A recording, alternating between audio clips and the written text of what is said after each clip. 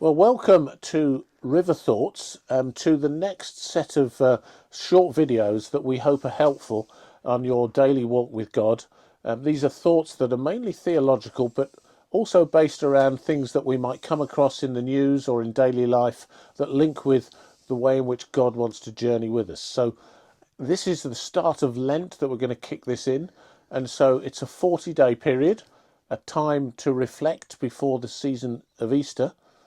And there's loads to think about there, but I actually want to focus on the idea that there's 40 days, and 40 is a big number biblically, and it's a time often that's, if it's not a wilderness time, it's a time when you just need space to work things out. You need some kind of contemplation, reflection, analysis of where you're going in life. And often it's a time where maybe you repurpose, you realise what it is that God is wanting from you at a given point in your life. It might be you've always had the same calling.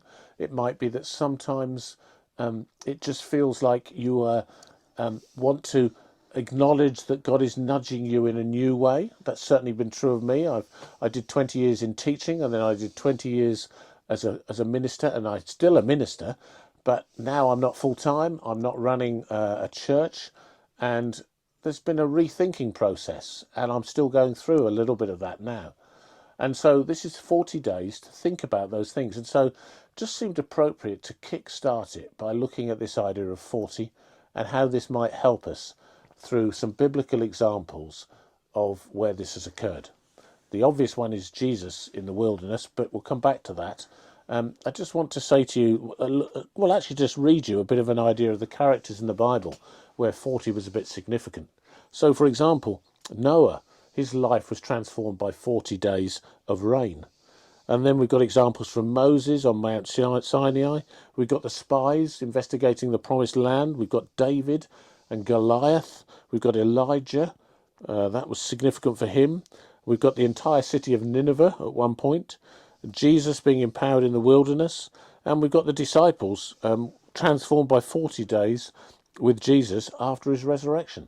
And so lots of examples we can look at that might help us this Lent. So I just want you to be thinking this is a time where we sit back.